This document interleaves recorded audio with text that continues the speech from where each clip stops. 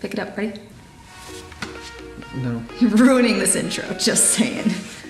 Today we're going to talk about 5 projects that we've learned sell really well for us. So we got a question the other day on Instagram. Go follow us on Instagram if you haven't already. But we got a question of somebody asking, what do you make that sells the best? Like, because there's a ton of different projects. What, as a beginning woodworker trying to make some money, what should I go towards to make money? And so we were just replied with the 5 things that we made the most of. We thought that would be a pretty good topic for a video. So we're just gonna roll through the 5 projects that are just kind of our go-to, explain what's good and bad about each project, what we've learned by building several of them, and hopefully that'll spark an idea for you. Maybe you can use these as your go-to, or it gives you the confidence to get off the ground with your business.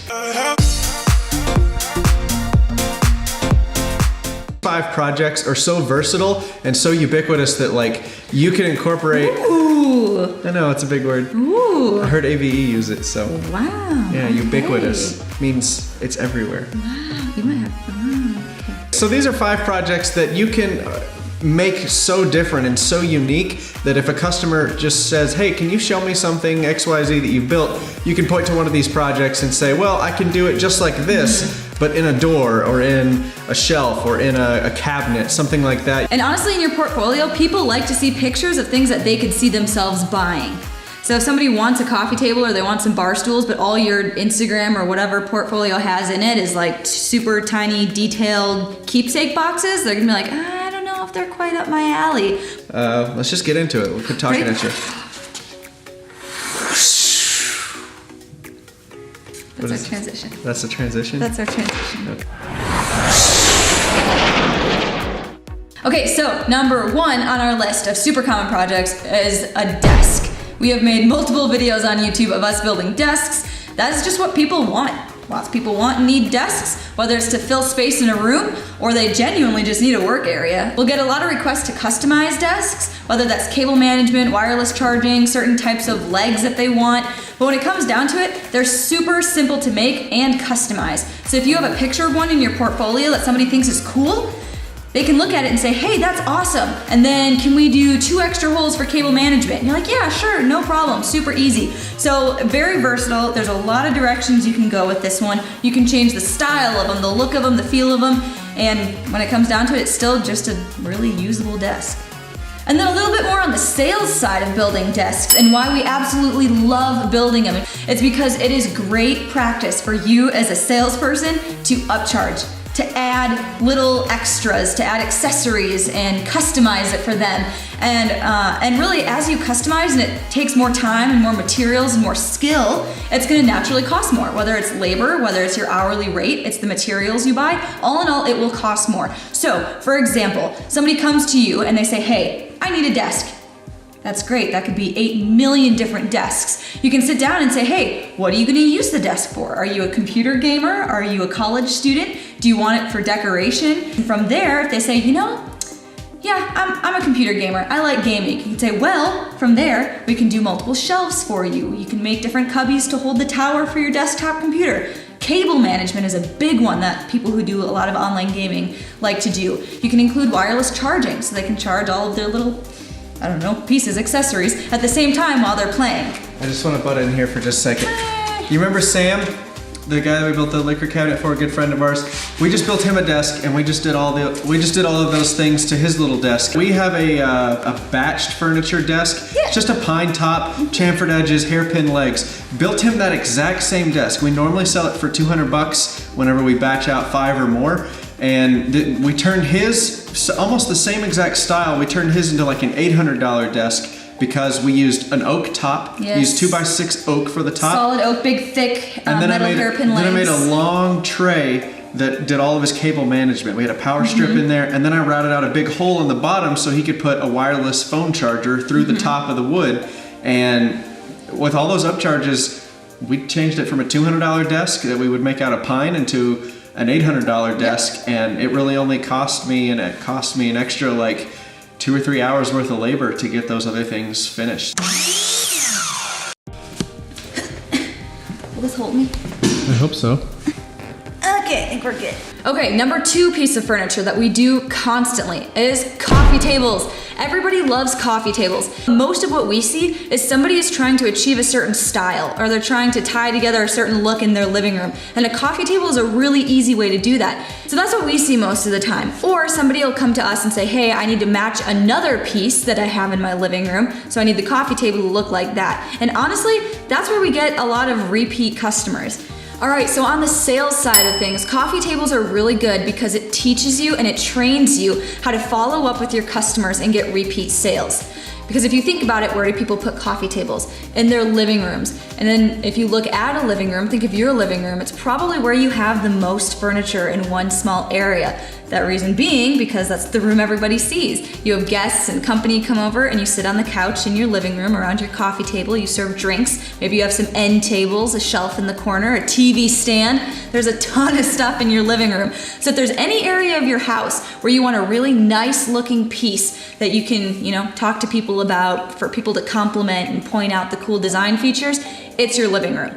So, starting with a coffee table. You build somebody a coffee table. They really like it. You follow up with them in a couple of months and you say, hey, how do you like that coffee table? They say, hey, yeah, I like it. It looks really cool. You could even say something like, hey, when I was in your living room, I noticed in that corner on the left side of your wall, there's a little space open. And I think it'd be super cool if we put a bookshelf in there. We can make it match your coffee table by using the same kind of wood. Oh, that's an awesome idea. I never thought about that. That would be super cool to have a bookshelf in my living room that matched the coffee table. And from there, you can start another sale with a repeat customer. So you put a really nice piece of furniture in somebody's living room, and what do people automatically start doing? They start comparing everything they have to that one piece of furniture. And when you're comparing MDF and particle board furniture to that beautiful oak coffee table that you just built them, they're gonna think, wow, I need to replace some of the stuff I have now with nicer stuff, or I simply want to replace some of my old stuff with newer, nicer stuff. So that's another awesome way that coffee tables are gonna bring you multiple sales. So coffee tables are a really good catalyst to train you to find repeat customers and talk to people who have already bought from you. All right, next up on the list are cutting boards. You've seen us make a bunch of cutting boards on this channel, and that's just because they sell really well. It's one of those things that everybody uses. There's something that you can batch out and make a lot of in a short amount of time. They don't take up a whole lot of space, so you can kind of have them in the corner of your garage or in your basement or something and just have them ready to go. And the next time that you need to make a sale or get a few extra dollars of cash, you can just start texting a ton of people that you haven't talked to in a while and just said, hey, running this business now, was just batching out a ton of cutting boards, wondered if you wanted one. And that's a really easy way to make a couple $100 very quickly. It's also another thing that you can approach businesses with. One thing my buddy Bruce Ulrich that he does, he makes cutting boards for closing gifts. So he's got a really good connection with a bunch of realtors in town, and he just asked him, he's like, hey, can I make cutting boards and you give those to your clients as closing gifts when they buy a home or sell a home with you? He stays really busy making a lot of cutting boards, and you can get super fancy with cutting boards. You can do the face grain cutting boards, which we do a lot of. You can also do edge and end grain cutting boards, which are also, they take a little more time, but they're really, really nice. And if you've got a realtor that's got the money to spend on really nice closing gifts, typically $50 to $100, you can really start to make a lot of money, especially once you start batching them out. That's also a really good opportunity for you as a business owner to learn how to scale. If all you need is an extra 2 or 3 clamps and you can make another 2 or 3 cutting boards per batch, that really raises your profit margin. So this kind of teaches you how to scale with a small product. That way when you get ready to do something like a restaurant or a department store and build all the display tables, you kind of already know how to think through a lot of products running through your shop at once. Yeah, that's why we recommend cutting boards are a great place to start if you're a business that's just trying to get off the ground and learn how to do this production thing. They're like, what's a blanket ladder? It's time for a field trip. Taking a trip. Hi, Brucey. Hi, Brucey. Hi, Perry. Is it gonna be lit? Next up is blanket ladders. Jenny made this one with just a jigsaw and a drill. It was gonna be so mean if you just stopped and said, they're stupid easy to make. Jenny made this one. All right, next on the list are blanket ladders. They're very simple to make. Jenny made this one with just a jigsaw and a drill. They do really well in a living room. They're really versatile. You can get kind of intricate with them if you want to. All it takes is just a couple of 2x4s. You can screw them together, plug the holes. This, again, is another good project. It's a little bit larger, but you can batch them out really quickly. So it's another really good learning opportunity for you as a business owner to batch 5 to 10 of these out and kind of move through the process of doing multiple pieces at once in your shop.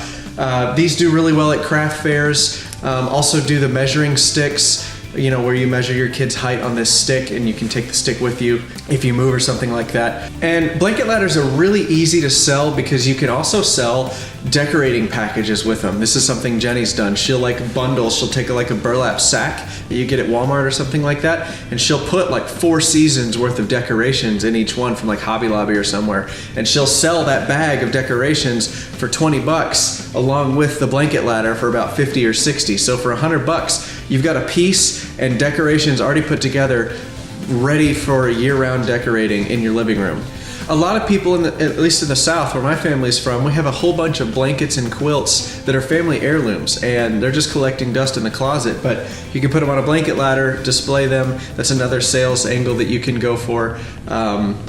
Really, these things are just so versatile for decorations. Just try to find out what's popular in your area and try to throw together a decorating package to go with the blanket ladder, because that's going to go way further than just having a ladder made out of wood that you're trying to sell. So this is a good way to learn how to market and take good pictures too.